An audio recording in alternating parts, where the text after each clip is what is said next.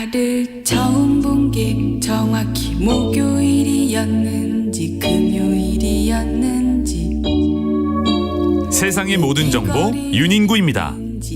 바로 지금 정보를 넘어 지혜로 세상이 보이는 책. 그런 시시콜콜한 걸 다 기억할 필요가 요즘 뉴스에 자주 등장하는 단어가 하나 있죠. 이 희토류, 희귀금속에 대한 이야기들입니다. 미국과 중국이 이걸 두고 또 으르렁대고 일본도 비상에 걸렸고 우리나라까지 영향을 받고 있습니다. 그런데 이 모든 상황을 8년 전에 예언하듯 써둔 책이 있다고 해서 오늘 여러분과 함께 좀 나누려고 합니다. 그 책 소개해 주실 분 모셨습니다. 남국민 작가님 어서 오십시오. 안녕하세요. 반갑습니다. 반갑습니다. 오늘 축구 이기고 봤으면 더 우리가 그러니까요. 즐겁게 봤을 텐데. 오면서 힘이 안 나더라고요. 그럼에도 불구하고 오늘 이제 처음 세상의 모든 정보 윤인구입니다 오셨습니까? 남국민 작가님은 이제 기자 생활도 하셨고 네. 매체에서 여러 번 그 노출이 되셔서 네. 잘 아실 텐데 혹시 또 모르시는 분들을 위해서 좀 소개를 해주신다면. 저는 이제 기자 생활로 처음 사회생활을 시작해서 기자 일을 하다가 네. 이제 그 이후에는 컨설팅이나 기업 IT 기업에서 일을 했었는데 또 그러면서도 이런 책도 쓰고 그러니까 책을 쓰셨더라고요. 네, 또. 방송도 하고 네. 이렇게 약간 다양한 일을 함께 하면서 하고 있고 지금은 학생입니다. 뭐를 공부하시나요? 지금은 로스쿨에서 법을 공부하고 관심 분야가 굉장히 다양. 그러니까요. 이게 능력자. 다양한 일을 하게 되면 한 분야에 정착을 못했다는 얘기가 있던데. 아니 근데 저는 그렇게 능력이 출중하신 분들 보면 좀 얄밉더라고요. 감사합니다. 제가 못 가진 능력들을 가지고 계신 분들을 보면은. 감사합니다. 오늘 이제 그 남국민 작가께서 소개해 주시려고 가져오신 책은 프로메테우스의 금속이라는 책인데 예. 제목이 좀 특이합니다. 제목이 굉장히 좀 뭔가 시적이기도 하고 문학적인 느낌도 들죠. 이제 프로메테우스가 이제 그리스 신화에 나오는 인물인데 네. 인류에게 이제 너무 소중한 불을 전해줬다가 그렇죠. 신들의 이제 분노를 사서 영원한 형벌을 받는 그런 이제 프로메테우스인데 프로메테우스의 금속이에요. 그럼 어떤 금속이 뭔가 엄청 귀한 건가 보다라는 느낌이 드는데 네. 이 책은 그 프로메테우스의 금속이 뭐냐? 아마 뉴스로 많이 접하셨을 희토류, 희귀금속이 그런 금속이다라는 이야기를 담고 있습니다. 네. 이게 2018년에 나온 책인데 벌써 한 8년 된 책이죠. 이게 프랑스의 이제 기욤 피트롱이라는 저널리스트가 쓴 책인데 이 당시에는 지금만큼 희토류 희귀금속이 주목받기 전인데 이게 얼마나 중요하고 앞으로 세상을 어떻게 바꿀지를 쓴 책인데 지금 보면 참 맞는 말 했다 이런 생각이 드는 책이죠. 네. 왜 근데 오늘 이 책을 가져 나오셨어요? 이게 최근에 사건이 있었는데요. 뭐 항상 이와 관련된 사건이 터지고 있는데 이번 주 있었던 일인데 중국에서 그 일본인 2명이 구속이 됐어요. 근데 이 사람들이 누구냐면 그냥 기업체 직원이거든요. 근데 중국이 이제 다롄이라는 세관 당국 이들을 구속했는데 뭐 기업 비밀을 빼내려 했나? 보통은 이제 이런 거라 보면 뭐 간첩죄라든지 뭐 국가 안보 뭐 이런 게 문제가 되잖아요. 근데 이 사람들을 구속한 명목이 뭐냐면 희토류를 수출 금지하는 걸 위반했다. 라는 걸로 구속을 시킨 겁니다. 네. 그런데 보통 뭐 자국민을 구속하는 것도 엄격한 절차가 필요하지만 외국인을 구속시키는 일은 특히 더 뭔가 예민한 일이잖아요. 물론이죠. 특히 중국, 일본처럼 지금 굉장히 사이가 안 좋은 상태에서는 그런데 그 명목이 우리가 볼 땐 그 정도 뭐 이런 원자재 좀 수출했다고 사람을 구속시켜?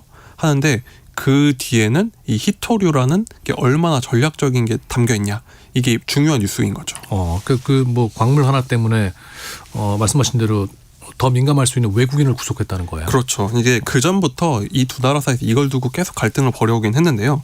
지난해 11월에 이제 다카이치 일본 총리가 뭐 대만 유사시 개입할 수 있다 이런 네. 식으로 얘기하면서 중국이 이제 발칵 뒤집혔잖아요. 맞습니다. 그 이후에 뭐 중국인 관광객도 통제하고 해서 여러 번 치고받고 했는데 그 전에도 이거를 희토류 수출 금지를 사실상 하고 있었어요. 일본에 대해서. 근데 이번에는 일본인에 대한 구속까지 나아가게 된 거죠. 굉장히 네. 심각해지고 있는 상황인 겁니다.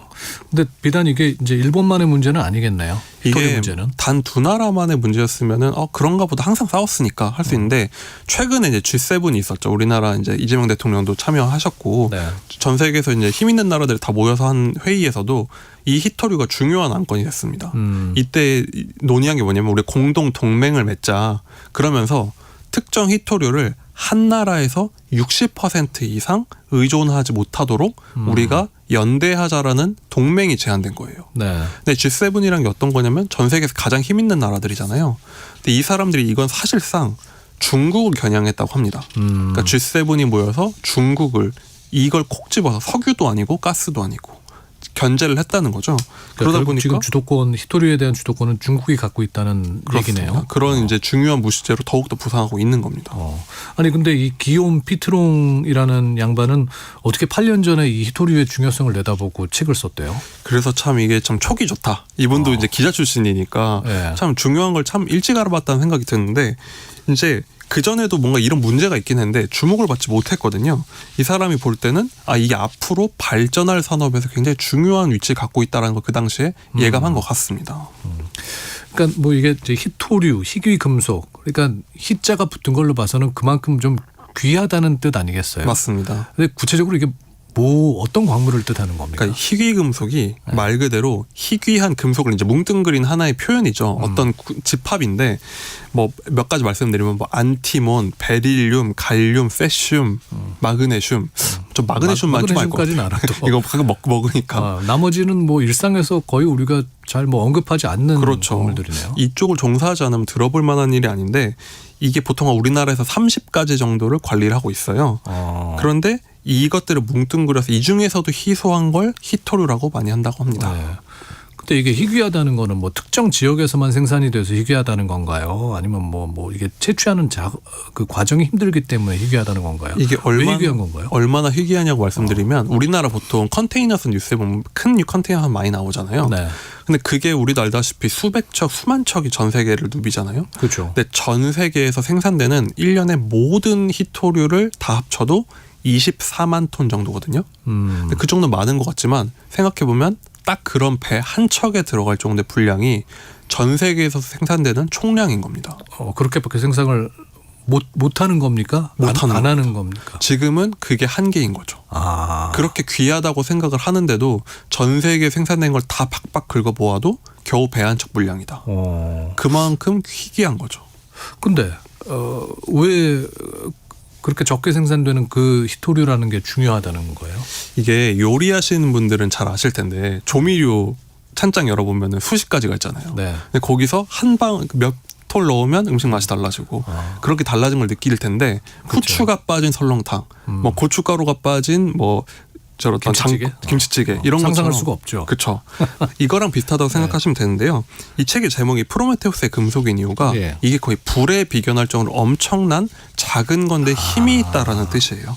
그러니까 이게 작은데 예를 들면은 우리 핸드폰이나 이런 작은 미세한 기기들도 안에 모터가 다 들어가거든요. 근데 모터는 기본적으로 자석이 굉장히 중요합니다. 네. 근데 생각해보면 우리 스마트폰 이렇게 작은데 그 안에 모터가 들어가는데 생각해보면 이게 구동이 다 되잖아요. 그 말은 굉장히 작은데 엄청난 힘이 나와줘야 돼요. 우리가 보통 아는 그런 과학 시간에 봤던 자석 이런 거랑 비교가 안 되는 수백 배, 수천 배 힘을 내줘야 되는데 예를 들면 그런 자석을 만드는데 정말 한 톨의 그런 희귀 금속이 들어가줘야 되는 거고 우리가 이런 핸드폰 봤을 때 화면이 나올 때도 정말 그 한 톨의 희귀 금속이 없으면 그 화면이 나오지가 않는 거예요. 그러니까 아주 단단하게 만들거나 아주 강한 힘을 내거나 뭔가 생각지 못한 전달력을 보여주거나 이럴 때는 이 희귀 금속이 다 들어가야 되는 겁니다. 네. 참 그런 광물들을 찾아낸 것도 보통 사람은 못할 일인 것 같은데. 이게 사용된다는 게 뭐 노트북, 요즘은 전기차, 스마트폰 그리고 뭐 이런 조그마한 이어폰 같은 거 그런 것까지 다 들어간다고 하니까 안 쓰인 데가 없는 거죠. 근데 지금 남국민 작가가 말씀하신 그런 기기들은 주로 IT 쪽 기기들이고 이게 각광받는 이유는 또 다른 이유가 있다면서요? 그렇습니다. 이게 뭐 우리가 이미 익숙하게 쓰고 있으니까 뭐 컴퓨터에도 들어가 그럴 수 있나 보다 싶지만 정말 요즘에 뜨는 이유는 친환경 산업에선 이게 정말 어마어마하게 많이 쓰인다는 겁니다. 친환경 산업이요? 우리 요즘에 뜨는 사업 생각하면 전기차, 풍력 발전, 태양광 전 세계적으로 엄청난 투자가 이루어지고 있잖아요. 거기에도 뭐 드론, 로봇 여기에 정말 이 희귀금속 기존 IT에 비교할 수 없을 정도로 어마어마한 양이 들어갑니다. 그러니까 부품들에 들어간다는 말씀인 거죠? 그렇습니다. 예를 들면요, 그 태양광에는 규소, 그리고 풍력 터빈에는 히토류, 아까 말씀드린 그런 네오디뮴 같은 자석, 그리고 전기차에는 코발트와 리튬, 그리고 전기차 한 대에만 이런 희귀금속이 한 20가지 넘게 들어간다고 해요. 양도 엄청나고. 시장 규모는 어느 정도예요? 시장 규모가요. 근데 이렇게 얘기 드리니까 어마어마할 것 같잖아요. 근데 다 합쳐서 한 6, 7조 원 정도 된다고요. 겨우 그 정도인 거죠. 예. 전 세계에서 이 히토류를 다 합쳐도 6, 7조 원밖에 안 되는데 문제는 이 위에 올라타 있는 산업, 예를 들어 반도체 산업도 이 위에 있거든요. 이게 끊긴 반도체 산업도 스톱이 되는데 반도체 산업이 최소 수천조 원 규모라고 할 수 있잖아요. 네. 근데 그 수천조 원 산업도 6, 7조 원짜리 이 작은 산업 위에 올라타 있는 겁니다. 그러니까 엄청난 이런 레버리지 지렛대가 될 수가 있는 거죠. 예. 이제 지금은 다들 이제 중국이 그 패권을 장악하고 있다는 건 알고 있는 건데, 근데 중국이 왜 이 히토류 시장에서 패권을 주게 된 겁니까? 그러니까 지금은 중국이 거의 한 97, 80% 뭐 특정 시장 100% 정도를 장악하고 있는데 그 이유가 사람들이 중국이 원래부터 이 시장에 강했나 보다. 뭐 중국 땅에서 많이 나나 보다 이렇게 생각할 수 있잖아요. 근데 사실 1990년대까지만 해도 중국은 여러 생산국 중 하나였고요. 오히려 50년대부터 90년대까지는 미국이 전 세계의 부동의 1위 생산국가였습니다. 그렇습니까? 네. 근데 지금은 약간 미국도 중국에 목매고 있는 상황 그렇죠. 아니에요? 트럼프 대통령이 엄청 몰아붙이다가도 딱 중국이 히토류 그러니까. 끊는다 이러면 네. 바로 약해지죠. 그렇게 된 이유가 중국의 국가 전략이 있었기 때문입니다. 그러니까 이게 우연이 아니라는 건데요. 그것도 아주 일찍부터 시작됐어요. 그러니까 결정적인 장면이 이 책에 나오는데요. 1992년입니다. 제가 태어나는데 한 30여 년밖에 안 된 거죠. 네. 그때 덩샤오핑 당시 이제 국가 지도자가 한 광산을 찾아가서 뭐라고 했냐면 중동에는 석유가 있는데 중국에는 히토류가 있다라는 말 덩샤오핑이 직접 합니다. 근데 그게 30여 년 전이에요. 당시에는 아마 이 히토류가 뭔지도 대부분 사람들이 몰랐을 겁니다. 그러니까요. 그러니까 말씀하신 그 중국의 국가 전략이라는 게 상당히 무서운 것 같더라고요. 그쵸. 지금 AI 그도 그렇고 이런 그렇습니다. 히토류 문제도 그렇고. 근데 30년 전에 이런 미래를 예견했다는 것도 참 놀라운데요. 그렇죠. 이게 사실 뭐 예를 들면은 어떤 광물부, 뭐 광산부 장관, 과학부 장관이 했으면 그럴 수 있잖아요. 네. 근데 이게 국가 최고 지도자라고 하는데 그 비결이 뭐냐면 우리가 보통 중국 뭔가 이런 공산당 내부 이런 뉴스를 들으면 딱 생각하는 게 궁중암투. 뭔가 예로 우리가 잘 모르겠는 그런 비밀스러운 뭔가 암투 이런 것만 생각을 하잖아요. 그런데 이게 우연이 아닌 게 중국 공산당의 최고 지도자들을 보면요. 대부분이 다 공학자 출신들입니다. 그렇더라고요. 이게 우리가 기억하는 사람부터 거슬러 올라가면 장점인 전기공학 전공을 했고요. 예. 후진타오 수리공학. 그리고 지금 시진핑 화학 전공했고요. 예. 그리고 이제 중국은 총리들이 다 있는데 총리들도 거의 다 공학을 전공한 사람들이에요. 우리나라와는 좀 굉장히 다른 양상이네요. 그렇죠. 우리나라는 문과 그렇죠. 이제 법대 나오신 분들이 이제 법학 많죠. 전공하신 분들이 많이 계셨는데. 근데 여기다 그렇다 보니까 이게 느껴지는 게 이 안에서 중국도 내부 권력 암투가 있고 정권이 바뀌고 해도 네. 자기들끼리는 이게 왜 중요한지 말하면 다 이해도가 있었던 것 같아요. 그거 네오디뮴 왜 중요한지 너도 알잖아. 예를 들면 갈륨이 왜 중요한지는 당연히 아는 거죠.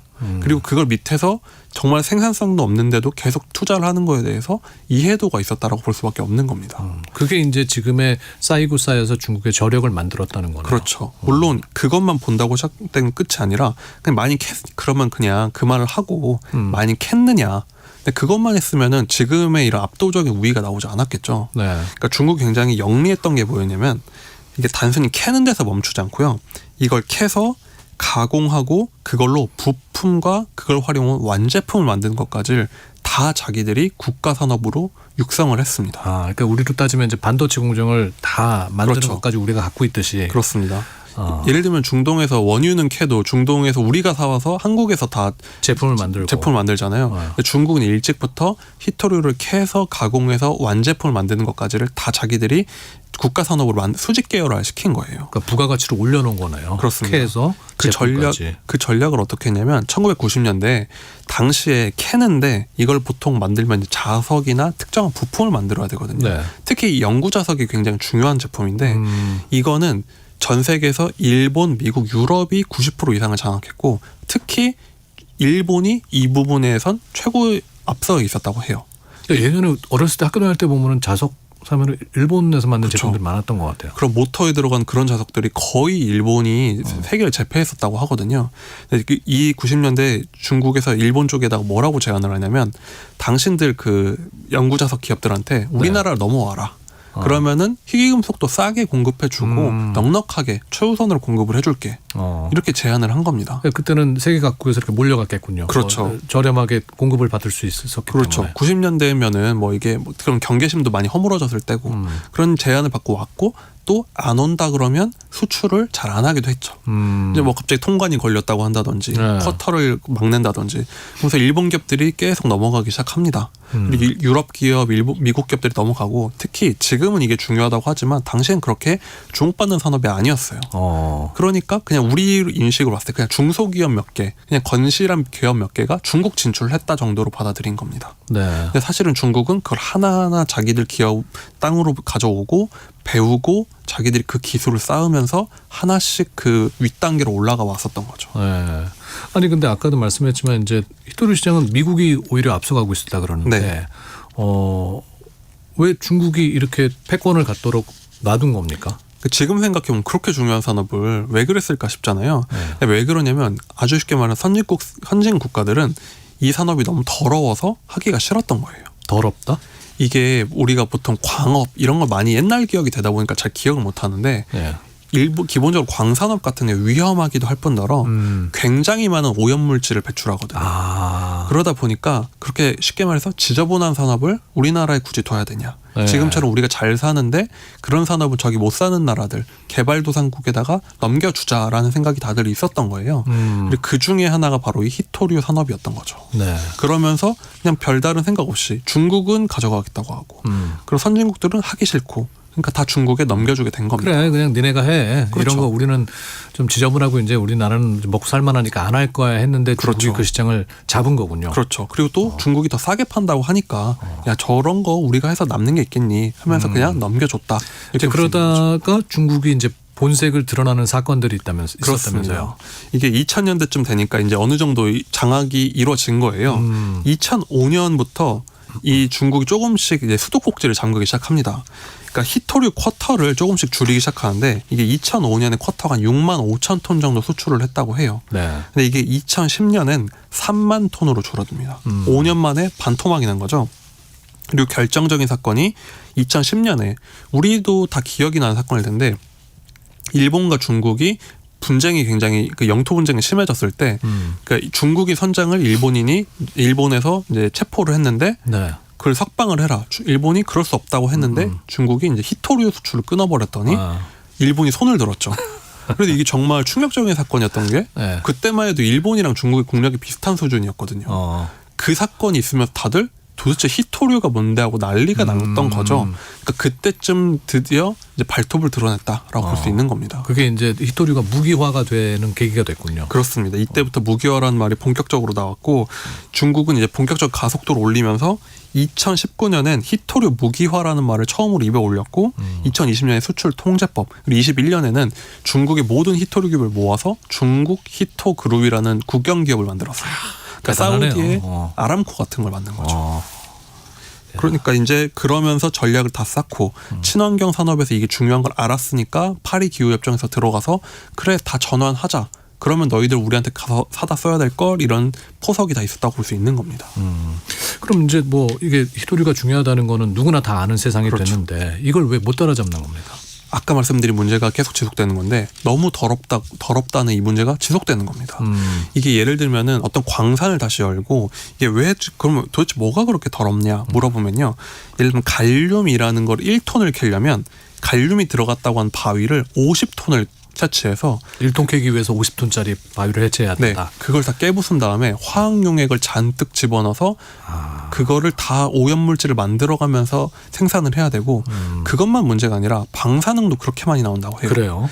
중국의 이런 산지를 가면 그 방사능을 채취해봤을 때 체르노빌의 2배 수준의 방사능 수치가 나오기도 하고 그 작은 마을에서 66명의 암 환자가 나오고 아이들이 이가 안 자라고 막 이런 정도 심각한 오염이 발생한다고 하니까 선진국들이 우리도 저거 해야지 싶으면서도 하려고 그러면 그 동네 주민들도 반대하고 그 지역구 국회의원도 싫어하겠죠. 시장도 싫어하고 네. 그러다 보니까 속도가 안 난다 이런 얘기를 많이 하는 겁니다. 아니 근데 우리가 이야기 시작하면서 히토류가 친환경 산업에서 매우 필요한 물질이다 그랬는데 이건 좀 역설적인데요. 그렇죠. 그러니까 우리는 친환경하면 굉장히 클린하고 모든 게 해결될 것 같지만 사실 어찌 보면 석유 시대에서 히토류 시대로 넘어온 걸밖에 안 될 수가 있다. 우리가 보는 태양광 패널, 풍력 터빈, 전기차에 다 이런 게 들어가다 보니까 선진국들도 이제 고민인 거죠. 저거 깨끗한 산업을 했고 우리도 저걸 해야 되는데 우리나라에서 하긴 싫고. 네. 그러다 보니까 그러면 어디 싼 나라에 살 수 없나? 그럼 결국 중국밖에 안 남아 있고. 그러다 보니까 이 악순환이 계속되면서 중국이 한마디만 하면 우리가 당황할 수밖에 없는 그런 상황이 될 수밖에 없는 겁니다. 근데 또 중국이 가격을 갖고 또 장난을 칩니까? 그렇습니다. 중국이 이미 장악했다고 했잖아요. 네. 어떤 나라에서 우리 돈만 해보자라고 만들어요. 뭐 해볼 수 있는 그렇죠. 거예요. 기술력이 있으면. 예를 들면 한국 뭐 히토리 공사를 만들었다고 치면은 그럼 중국이 물량을 엄청나게 쏟아내는 거예요. 그럼 가격이 확 폭락하는 거죠. 이렇게 귀한 거면 최근 가격이 올랐을 것 같지만 검색해보면 가격이 그렇지 거의 안 않아요? 올랐어요. 아직도 굉장히 싼 편에 속해요. 근데 구할 수 없다는 것뿐인 거죠. 그렇죠. 가격은 그렇게 비싸지 않으나. 그렇죠. 가격이 오르라 치면은 예를 들면 호주나 남미에 있는 광산이 열릴 것 같을 때쯤 가격이 확 떨어지고 이게 반복되니까 선진국들 입장에서 이걸 지속적으로 사업을 할 수 있는 사람이 없는 거예요. 네. 그럼 다시 그냥 중국이 사다 쓰자. 좀 잘 지내면 되지 뭐라고 돌아가게 된다는 겁니다. 그러다 보니까 이 굴레를 벗어나지 못하는 거죠. 최근 이제 우리가 그 기존에 사용하던 핸드폰 이렇게 반납하라 그러면 거기서도 히토리 이렇게 해가지고 또 재활용한다는데 재활용할 수 있는 방법은 없습니까? 그 가장 열심히 한 게 사실 일본이거든요. 2010년에 당하고서 일본도 우리도 이걸 해야 된다고 해서 정말 백방으로 다 노력을 해보고 굉장히 많이 도시광산이라는 기술을 개발해서 핸드폰에 이런 데서 많이 캐는 걸 했는데 이게 뭐랑 비슷하냐면 그 국에 소금을 뿌렸는데 소금을 다시 걷어내는 거랑 비슷한 거예요. 아주 소소하군요. 그렇죠. 이미 뿌린 그 고춧가루 하나씩 꺼낼 수는 있는데 너무 품이 많이 든다. 그러니까 쉽진 않다. 이런 얘기를 많이 하는 거죠. 마지막으로 그럼 우리 한국은 어떻게 대처를 해야 됩니까? 한국도 이거 본격적인 대비를 나섰고 비축량을 많이 늘리고 있는데요. 그러면서 수입 다변화를 하려고 호주나 남미나 지금까지 이런 걸 잘 생산 안 했던 기업들, 국가들을 하나하나 지금 만나면서 뚫어내고 있고요. 다른 나라들은 지금 바다에서도 캐려고 하고 있고 미국은 그린란드에서도 자꾸 눈독을 들이는 게 이것 때문이다라고 하거든요. 그리고 뭐 심지어 일론 머스크도 우주에서 캐자 이런 얘기까지 하고 있으니까 한국도 백방으로 뛰고 있고 미국이나 선진국도 백방으로 뛰고 있다. 우리도 훨씬 더 노력을 많이 해야 될 것 같긴 합니다. 오늘 굉장히 흥미로운 주제였습니다. 프로메테우스의 금속 이런 책 소개해 주신 남국민 작가와 함께했습니다. 말씀 고맙습니다. 감사합니다.